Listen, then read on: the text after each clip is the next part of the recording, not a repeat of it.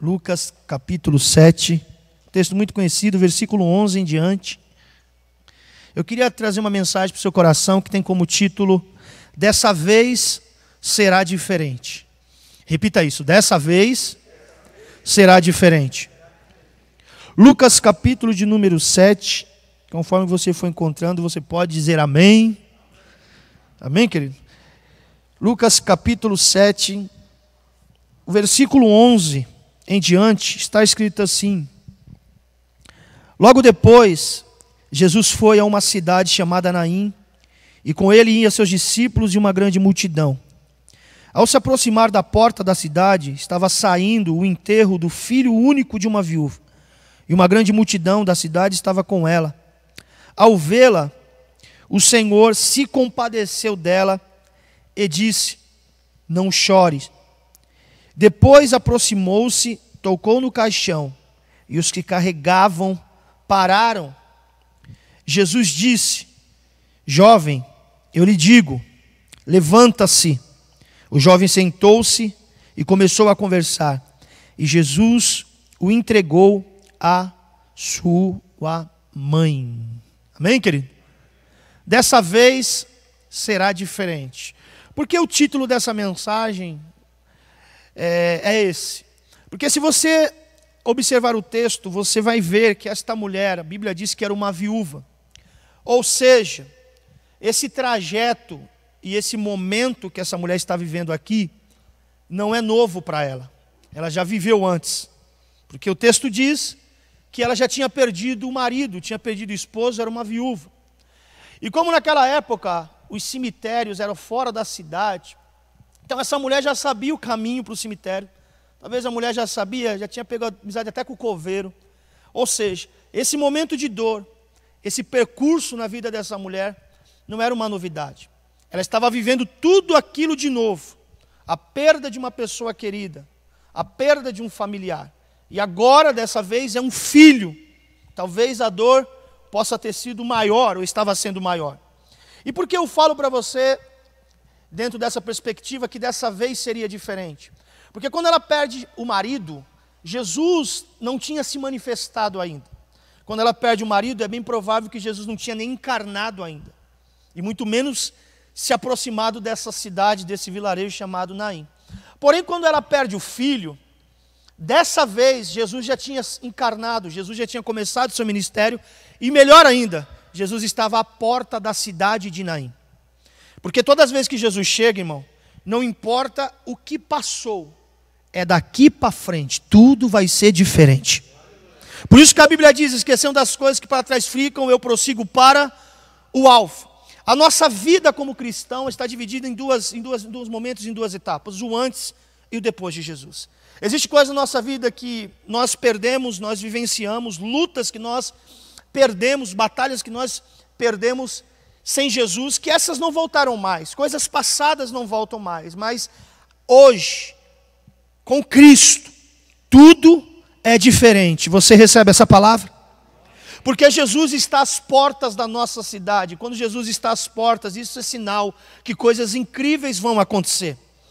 Porque para Jesus, para Deus, o fim sempre é uma oportunidade de um novo começo. Guarda isso no seu coração.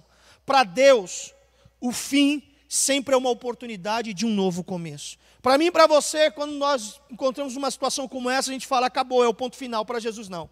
Para Jesus é uma vírgula, para Ele iniciar algo novo na minha vida e na sua vida. Para todo fim, Jesus tem um novo começo. Eu não sei se essa manhã você está vivendo situações na sua vida que parecem ou são impossíveis. E você talvez esteja vivendo coisas parecidas que você viveu um tempo atrás, quando você não conhecia Jesus.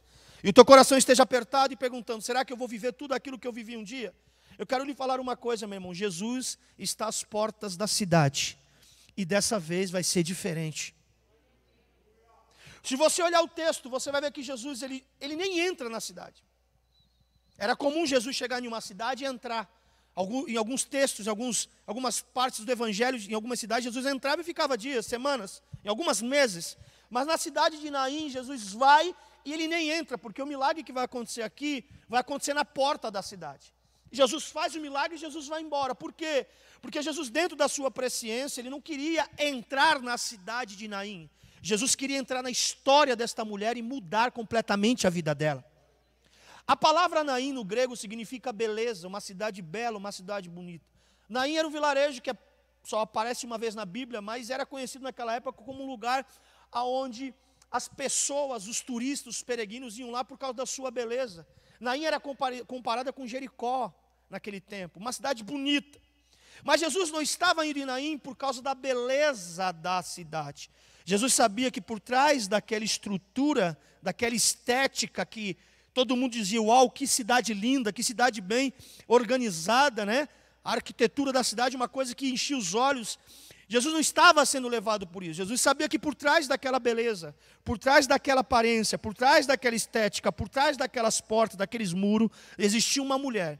Existia uma senhora, não sei, uma viúva que estava vivendo mais uma vez uma história de luto, uma história de perda, uma história de vivendo o impossível na vida dela. E era isso que Jesus tinha interesse.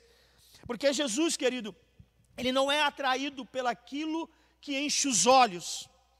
Às vezes as pessoas olham para mim, para você, e vê alguma cidade Naim. A gente está bem aparentado, está bem vestido, com um sorriso no rosto, e as pessoas olham para nós e acham que está tudo bem, mas atrás das portas, atrás do muro, muitas vezes há choro, há luto, há dor, há perda, e isso só Jesus conhece.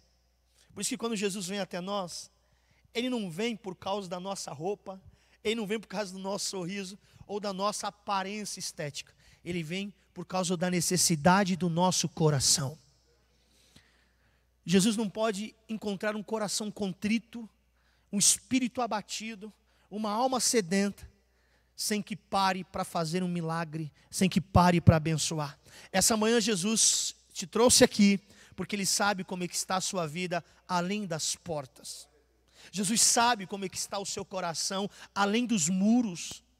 Talvez você está aí com uma aparência de uma pessoa indestrutível, um Naim, né? Um Naim desses dias. Familiares nem sabem o que passa no seu coração, mas Jesus está às portas da sua vida, meu irmão. Eu tenho uma notícia boa para lhe dar, se não der glória a Deus agora, só no culto da noite, né? Culto da tarde, né? Tem um culto à tarde ainda. Deixa eu falar uma coisa, naquela época, as cidades eram muradas, cercadas por muros, e existia uma porta. E existia um horário definitivo, um horário definido para a porta ser fechada. E quando a porta de uma cidade era fechada, ninguém entrava e ninguém saía. Exemplo disso é Jericó, no tempo de Josué. A Bíblia diz que quando Jesus chegou, a porta da cidade estava aberta. E este encontro que vai acontecer entre esta mulher e Jesus vai se dar justamente em um horário que a porta está aberta. Pastor, o que o senhor quer dizer com isso? Aprenda uma coisa. Jesus ele não vai chegar antes, Jesus não vai chegar nem depois. Jesus vai chegar na hora certa. Jesus ele não se atrasa e Jesus também não se antecipa. Jesus tem um horário certo. Você talvez está dizendo assim, bom, o menino morreu, acabou, não dá mais, mas eu quero lhe falar uma coisa, para Deus a porta ainda está aberta, aleluia. Para Jesus operar na sua vida, a porta ainda está aberta, Ele sempre vai vir na hora propícia para entrar, na hora propícia para te encontrar, meu irmão. Então acalma o seu coração. Acalma o seu coração. Talvez você está olhando no seu tempo, no seu relógio e dizendo assim, Deus, acabou, não dá mais. Mas Jesus está chegando num horário, aonde vai ser um horário de encontros. Encontros do que, pastor? O encontro do impossível com o possível de Jesus. O encontro do problema com a solução. Você recebe essa palavra aí, meu irmão? Por isso que dessa vez vai ser diferente. Nós precisamos entender que a nossa vida em Cristo é uma vida diferente. A partir de agora, meu irmão, nós vivemos pela fé e não por vista. A Bíblia vai dizer que quando essa mulher está indo com uma comitiva, com um cortejo fúnebre, vai ser exatamente neste momento que ela vai encontrar Jesus.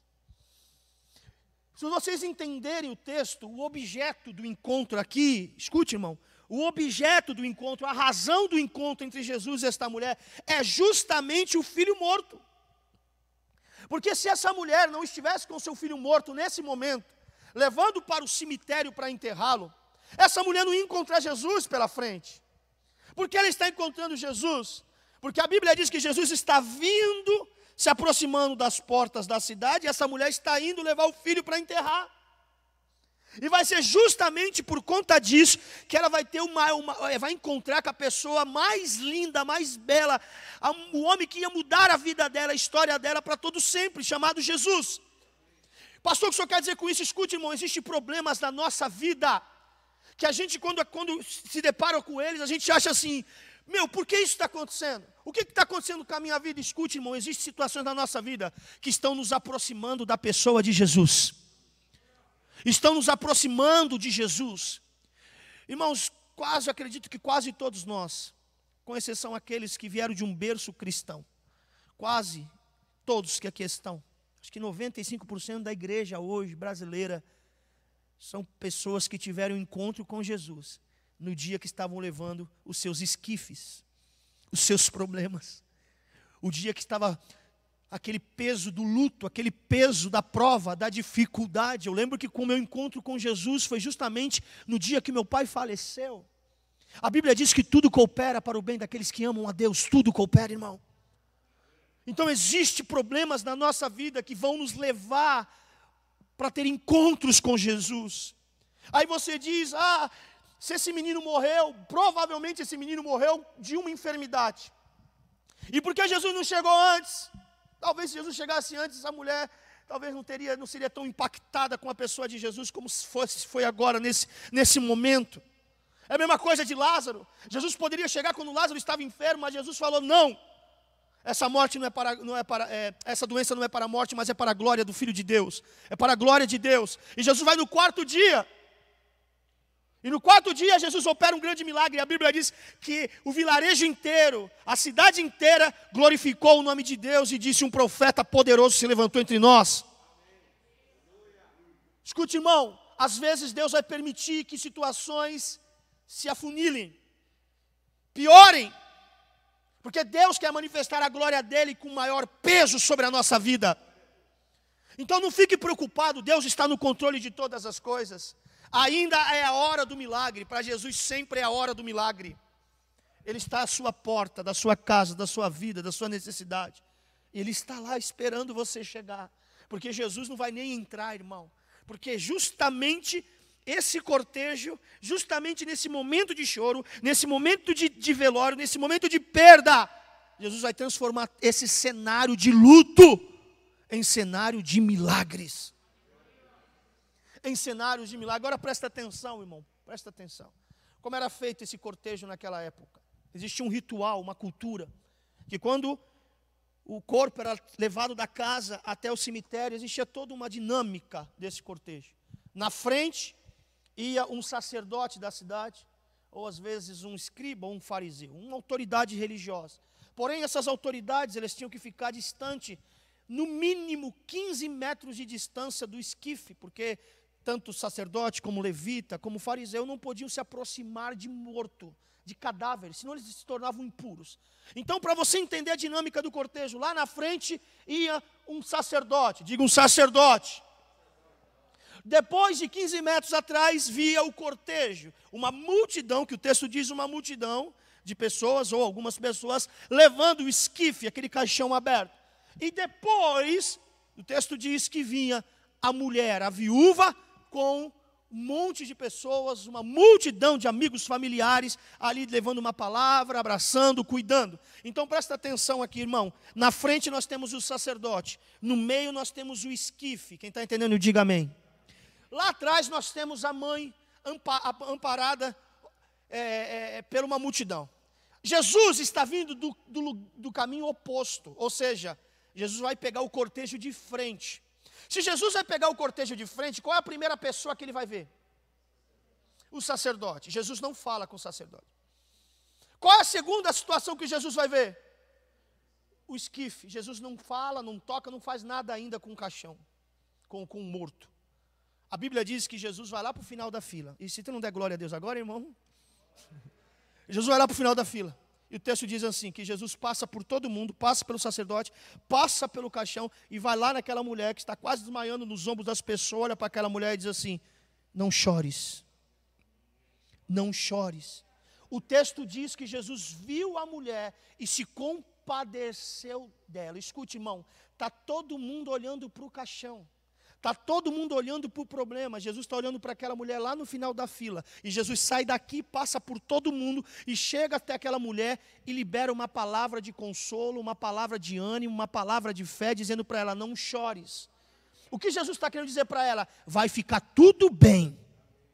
Aí, depois, Jesus vai tocar no caixão. Presta atenção. Jesus primeiro fala com a mulher, depois Jesus toca no caixão. Qual é o problema da mulher, irmão? É o caixão. Qual o problema da mulher? É o filho. Mas por que Jesus primeiro fala com a mulher e depois toca no problema? Escute, irmão, porque Jesus não quer ser uma pessoa que vem, faz milagre na sua vida e vai embora. Não, Jesus quer ter um relacionamento primeiro com você. Antes de Jesus tocar no seu morto, Jesus quer tocar no seu coração. Antes de Jesus falar com o teu problema, Jesus quer falar com você. Porque nós não estamos seguindo Jesus pelo aquilo que Ele faz. Nós precisamos seguir Jesus pelo aquilo que Ele é. Aquela mulher não conhecia Jesus ainda. Era fácil Jesus chegar, tocar no defunto, levantar o defunto e ir embora, sem falar com aquela mulher. Ele poderia fazer isso? Poderia, mas Jesus não queria. Porque antes de milagre, antes de fazer milagre, o que Jesus quer de nós é um relacionamento. O problema, irmãos, é que nós estamos em uma geração onde nós queremos um Cristo que toca, mas não um Cristo que fala. Nós estamos vivendo um tempo de crentes dentro de igreja, que entram pelas portas dos templos todo domingo, para buscar um Jesus que somente toca no defunto, coloca ele de pé, mas que não vem ter relacionamento com esse Jesus. Escute uma coisa, antes de Jesus falar com cadáveres, Jesus vai falar com os vivos. Antes de Jesus falar com o morto, Jesus vai falar com um vivo. Então eu não sei qual é a motivação do seu coração nesta manhã, meu irmão. Se você só entra na igreja para buscar um Jesus que toca, você está com a motivação errada. Porque Jesus primeiro vai falar com você. Quantas vezes, querido, a gente entra em culto, a gente ora, a gente lê a palavra, estamos com um monte de BO, estamos com um monte de problema para resolver, e Jesus fala conosco, a gente chora, a gente é ministrado, mas o problema continua lá. E a gente pergunta a Deus, mas o que está acontecendo? Aí Jesus vem e fala assim, escute uma coisa, antes de eu levantar o teu cadáver, eu quero curar o teu coração. Escute, irmão, aprenda uma coisa. Quando os discípulos estavam dentro daquele barco, e a Bíblia diz que todos estavam com medo da morte, e Jesus vem andando sobre o mar. Antes de Jesus falar com a tempestade, antes de Jesus falar com o mar, a Bíblia diz que Jesus olhou para os discípulos e disse assim, homens de pouca fé, não temam. Por quê? E depois Jesus vai falar, vento, shh, mar, shh. Mas antes de Jesus falar com o vento, antes de Jesus falar com o mar, Jesus vai falar para os corações dos discípulos, acalmem-se. Antes de Jesus tocar na tempestade, Jesus vai tocar nos corações. É por isso que Jesus está saindo aqui do começo da fila, indo lá no final, olhando para aquela mulher, trabalhando no emocional daquela mãe e dizendo, não chores. Irmão, seja sincero, quem está aqui tem coragem? Diz para mim, eu já participei de vários velórios. Quem aqui tem coragem de chegar para uma mãe que acabou de perder o filho e falar isso? Não chores. O que é que nós dizemos? Chora mesmo. Põe para fora. Não é isso, irmão? Põe para fora. Não é isso que a gente fala? Se a gente falar isso dentro de um velório, misericórdia, todo mundo vai nos linchar, vai expulsar, tu está doido? Como não chorar, não é teu filho? Jesus, ele tem autoridade, ele chega em um velório, pela primeira vez naquela cidade, não conhecia aquela família, não conhecia aquela mulher, ele aponta o dedo e diz assim, mulher, não chores. Porque Jesus, pastor, Jesus é insensível. Não. Jesus está liberando uma palavra para ela aqui, já sabendo o que vai fazer depois. Porque Jesus nunca vai liberar uma palavra no seu coração sem saber o destino que Ele vai te levar. Isso era para ter dado glória a Deus, irmão. Jesus sempre libera uma palavra. Jesus está falando contigo aqui, mas Jesus já sabe o que vai fazer lá, irmão. Jesus está falando com você essa manhã, mas Jesus já sabe aonde tem que tocar lá. A palavra vai chegar antes do toque. Presta atenção, a palavra vai chegar antes do toque de Jesus. Antes de Jesus estender a mão, Jesus vai abrir a boca para falar com você. E Ele já está falando esta manhã. E qual é o primeiro sinal que tudo vai ser diferente quando Ele começar a falar com você? Já começou, irmão? Então já glorifica a Deus que já começou o trabalhar de Deus na sua vida. Já começou o milagre de Deus na sua vida. O milagre não inicia quando Jesus estende a mão. O milagre inicia quando Jesus abre a boca para falar. Por isso que a palavra ela é insubstituível na nossa vida cristã. A palavra está acima de qualquer momento ritualístico de um culto. Porque nós entendemos que a Bíblia fechada é um livro qualquer, mas aberta, ministrada, ensinada e aplicada é a boca de Deus falando conosco e mostrando o caminho do milagre. Nós não precisamos, como disse o pastor Marco Túlio ontem, nós não precisamos, irmão, da estrada de Sal Grosso, nós não precisamos da rocha ungida, nós não precisamos da água purificada, não! Basta somente uma palavra, tudo pode ser mudado na nossa vida. Por isso que a centralidade bíblica precisa ficar sempre intacta no nosso culto. Por isso que um cristão precisa amar a palavra de Deus, porque a palavra é Jesus falando, e Jesus falando é o primeiro sinal que milagres estão vindo aí, estão chegando na nossa vida. Então antes de Jesus tocar, Jesus fala, não chores, não chores. Enquanto está o sacerdote afastado lá, enquanto as pessoas não estão querendo se aproximar do defunto para não ficar puro, Jesus está trabalhando no coração da mulher lá no final da fila. Escute, irmão, esse texto é muito rico de detalhes. Existe uma multidão com Cristo e uma multidão com essa mulher. Uma multidão. E quando a Bíblia diz multidão é porque o evangelista não conseguiu contar. As testemunhas oculares tentou até contar, diz não dá para contar, então vamos colocar multidão. Porque se dá para contar, eles colocam 4.000, 5.000 e colocam. Mas aqui não coloca, então era muita gente. No meio de duas multidões, uma de discípulos, seguidores, outra lá a gente brinca, os papas defunto, né? Aqueles que amam um velório. Né? Duas multidões, só um homem teve autoridade, só um homem teve poder, só um homem tinha graça sobre a vida dele, para falar para a mulher não chores, e para depois tocar no defunto, e o defunto levantar. E esse homem se chama Jesus, ele está aqui esta manhã. Deixa eu lhe falar uma coisa, você pode estar cercado de discípulos, ou você pode estar cercado de uma multidão que está te consolando. Tanto uma quanto outra não tem poder para mudar a tua história, mudar o teu destino. O único que tem poder é Jesus. O único que tem poder é Jesus. A Bíblia diz que o que motivou Jesus a falar com esta mulher foi a compaixão. Diga, compaixão. A palavra compaixão, ela é um sinônimo de misericórdia. E o que é a palavra misericórdia? A palavra misericórdia no grego é a junção de duas palavras. Miser e córdia. O que é miséria. O que é córdia? Coração.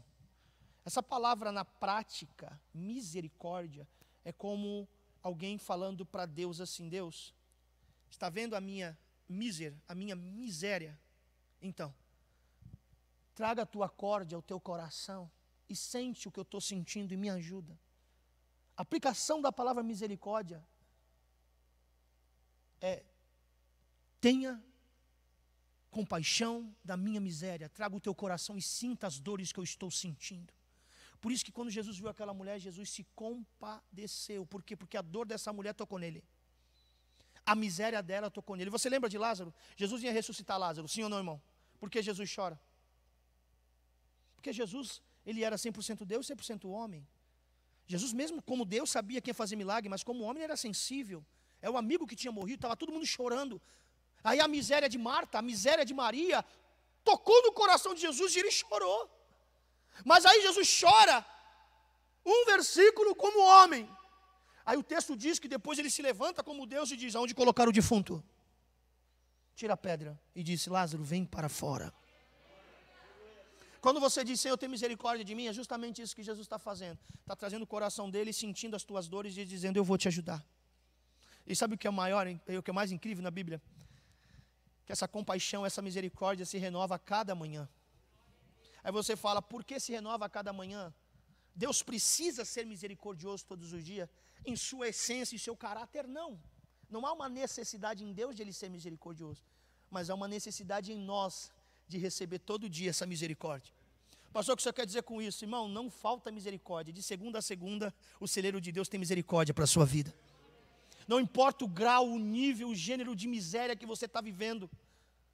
O coração de Deus é grandão para sentir o que tu sente e dizer: não chores, não chores, não chores e não chores. Depois que Jesus toca nas emoções desta mulher, depois que Jesus toca nas emoções desta mãe, o texto diz que então Jesus vai pegar o caminho inverso, sai da mãe, e a Bíblia diz, e ele se aproxima do esquife do defunto. E Jesus vai fazer algo que ninguém tinha feito até esse momento. Como diz o pastor Tony, pergunta para mim: o que, pastor? Jesus vai tocar em um morto. É a primeira vez, ninguém tinha feito isso ainda. Nenhum mestre na Galileia. E olha que naquela época, irmão, existia dezenas de mestres. Ninguém teve essa ousadia. Para os judeus era loucura. Quem tocasse em um caixão, quem tocasse em um morto, estava automaticamente, irmão, impossibilitado de entrar em uma sinagoga, de participar da vida religiosa de Jerusalém, Israel. E Jesus, ele não só fala com a mulher, Jesus agora vai tocar no defunto. E se você olhar o texto, irmão, Jesus toca. Aí tu pergunta: pastor, o texto vai dizer que não foi o toque de Jesus, irmão. Não foi o toque de Jesus que ressuscitou o menino, presta atenção. Não foi o toque. Se você ler o texto, você vai ver que Jesus toca, os que carregavam o corpo pararam. Depois Jesus vai falar com o morto: menino, levanta-se. Aí tu vai perguntar: pastor, por que Jesus coloca a mão? É justamente o que a Bíblia vai estar respondendo. A resposta está na Bíblia. Quando ele coloca a mão, as pessoas pararam. Por que pararam? Porque é a primeira vez que eles estão vendo alguém chegar e tocar num defunto. Quando eles viram que aqueles que estão carregando o defunto, viram que Jesus colocou a mão naquele caixão aberto em cima do peito do menino, eles ficaram tão assim, escandalizaram, e eles pararam, sem saber o que está acontecendo. Porque na cabeça deles, agora essa pessoa que está tocando no defunto está impura. Então eles não podem nem se aproximar de Jesus. E por que Jesus toca? Porque Jesus quer parar o cortejo. Jesus quer parar o cortejo, irmão. Porque o texto diz que ele vai falar com o menino para o menino levantar. E não foi o toque de Jesus que levantou o menino. Quando Jesus toca, o cortejo para. Aonde estava o problema? Onde estava o problema? Deixa eu falar uma coisa para você. Quando a gente lê esse texto, a gente só se apega na questão de filiação, né? De pai, de mãe para filho. Mas deixa eu falar uma coisa. O que esta mulher está perdendo dentro de uma cultura judaica é mais do que um filho. Porque para uma mãe judia naquela época, ter um filho, e ele é varão, era homem, ter um filho era sinônimo de bênção de Deus, perpetuação da sua genealogia, honra. Porque para uma mulher judia não ter filho era ser como uma amaldiçoada por Deus. O sonho dela estava ali. O projeto de vida dela estava ali, sendo levada por aqueles carregadores de sonhos, carregadores de projetos, aqueles que estavam levando para enterrar os sonhos. Aí Jesus chega, toca no caixão, toca no sonho morto, toca no projeto morto, toca na história morta. E a Bíblia diz que aqueles que estavam carregando pararam. Porque Jesus quer fazer um milagre. E muitas vezes, para Jesus fazer o que Ele precisa fazer, nós precisamos estar no lugar que Ele quer que nós estejamos. Então Ele toca para a gente parar muitas vezes. Ele está dizendo para mim e para você assim: para de ficar carregando coisas mortas, para um pouco. Deixa eu cuidar disso essa manhã para você. Porque a gente está que nem aquele povo que saiu do Egito. Me mostra na Bíblia, irmão, me mostra na Bíblia. Deus dizendo para o povo: Deus, olha, quando vocês saírem daqui, levem os ossos de José. Tu conta isso Deus falando com o povo? Não. Foi um propósito que o povo fez. Tanto é que você vê lá na frente que tu nem mais sabe onde estão os ossos de José. O povo disse: vamos levar os ossos de José. Sabe o que eles pensaram? Que a viagem ia ser light, que a viagem ia ser tranquila. Imagine deserto, momento de fome, momento de sede, ainda tem que carregar um saco preto de osso. Pastor, o que o senhor quer dizer com isso? Irmão, Deus não te chamou para tu carregar coisas mortas. Deus quer que essa manhã, se você está carregando um peso, sabe, um peso morto sobre você, talvez uma história, talvez um sonho, isso está pesando sobre você, e Deus está dizendo para você: para hoje. Porque muitas vezes Deus não está conseguindo fazer o que tem que fazer, porque está andando muito depressa. E Jesus tem que tocar, para eu e você parar. E quando a gente para, Jesus fala com o morto: levanta-se. Jesus está tocando em situações hoje aqui que vão ser paradas hoje, essa manhã. Você crê nisso, irmão? Jesus está tocando em situações que vão ser paradas, paralisadas esta manhã. Aí tu vai dizer assim: pastor, mas e aí, Jesus parou? Parou. Agora precisa trazer vida para aquilo. Precisa trazer vida para aquilo. Escute, irmão, isso aqui é muito forte, isso aqui é muito profundo. Você já percebeu na Bíblia que antes de Deus fazer algo poderoso, antes, o que precede um milagre poderoso de Jesus é a pausa. Já percebeu isso na Bíblia? Quer ver um exemplo? Qual foi um evento na Bíblia que marcou? O derramar do Espírito Santo. Atos 2. Mas o que precedeu isso? Foi a igreja parada em um cenáculo, fazendo o quê? Orando. 3 anos e meio antes, os discípulos não pararam nem para comer. Ao ponto de Jesus falar: vamos parar, vamos se descansar, porque a gente não para. Depois de 3 anos e meio, Jesus fala assim: olha, fiquem em Jerusalém, fiquem em Jerusalém, fiquem em Jerusalém, pausa, calma, até que. Então, antes de acontecer grandes milagres, Deus sempre vem com momentos de pausa na nossa vida.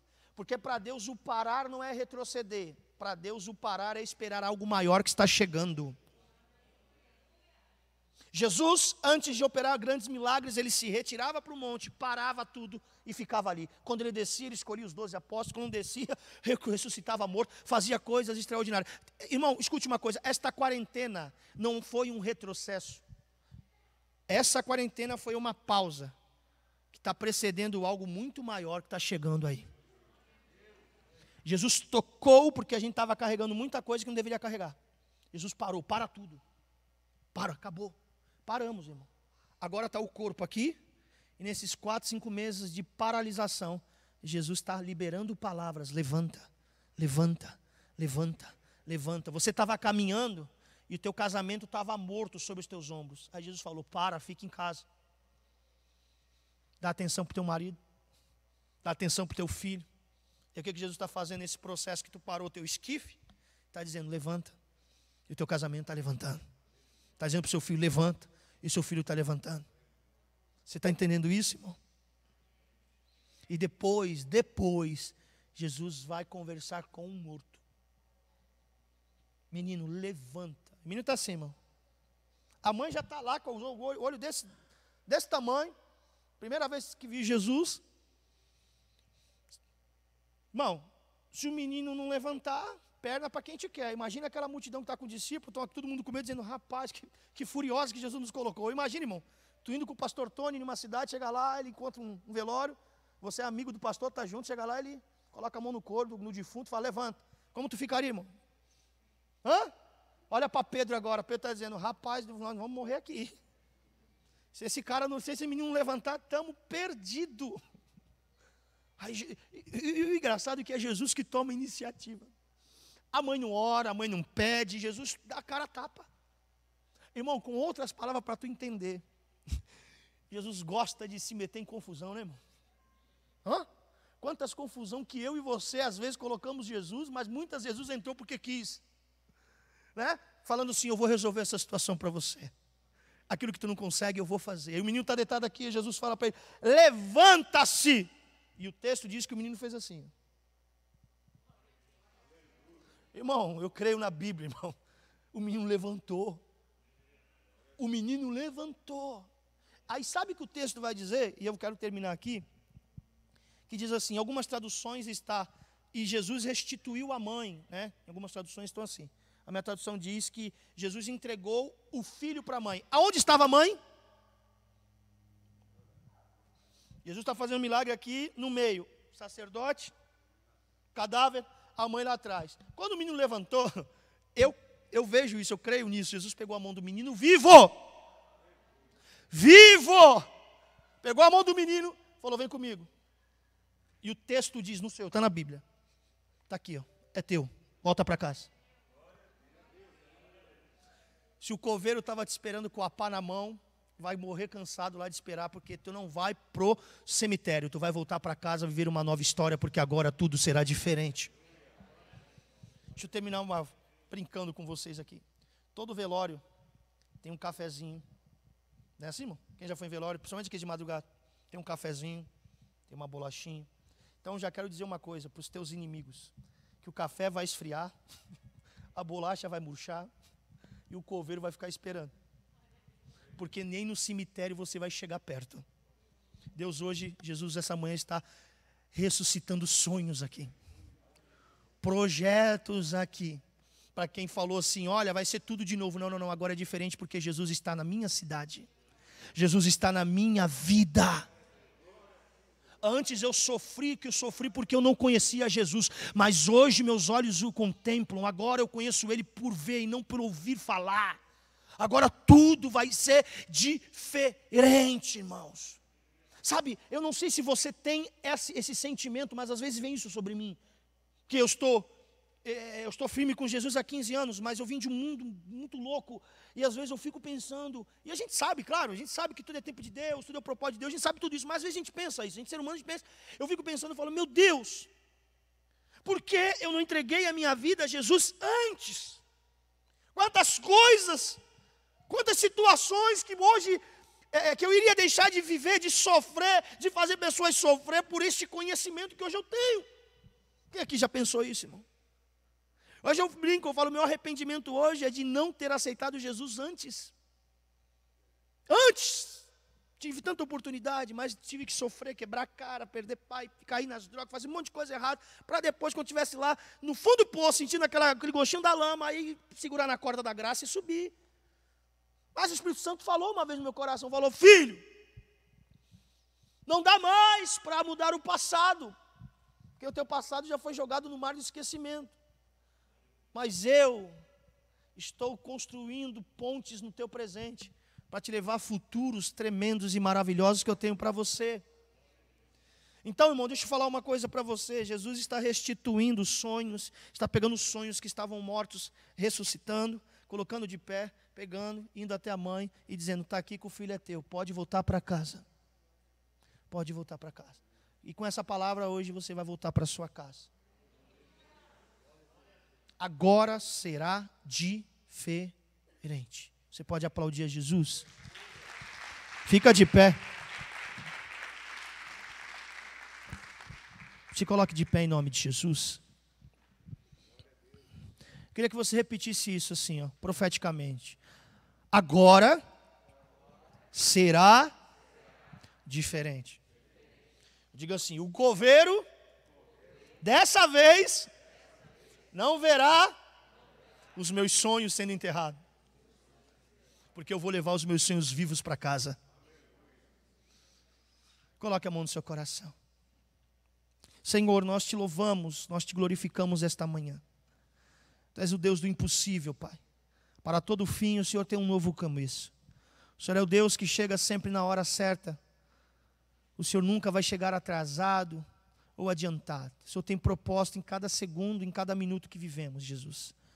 Cremos, Pai, no poder da Tua palavra, que antes do Senhor tocar nos nossos problemas, o Senhor falará ao nosso coração. Ó Deus, mais do que milagre, nós queremos relacionamento, porque o milagre vem e vai, mas o relacionamento vem e permanece. É isso que nós aprendemos esta manhã, Senhor. Senhor, sabemos que Tu és o Jesus, aquele que tem poder para parar, ó Deus, cortejos fúnebres. O Senhor é aquele que coloca a mão em coisas que às vezes nós estamos carregando, sabe? Que não deveríamos nem dar o primeiro passo, mas nós estamos insistindo em levar coisas mortas. Então o Senhor toca na gente, toca no nosso morto, para que a gente pare, para que então o Senhor comece a fazer algo poderoso. Ó Deus, porque sempre a pausa precede coisas incríveis. O Senhor às vezes nos para o Senhor fazer algo poderoso em nós, Pai. Nós entendemos tudo isso esta manhã e nós te glorificamos. Abençoa o teu povo, abençoa a tua igreja, abençoa as famílias que aqui estão, Senhor, e que possam viver essa realidade, que daqui para frente tudo será diferente, em nome de Jesus. Amém, querido?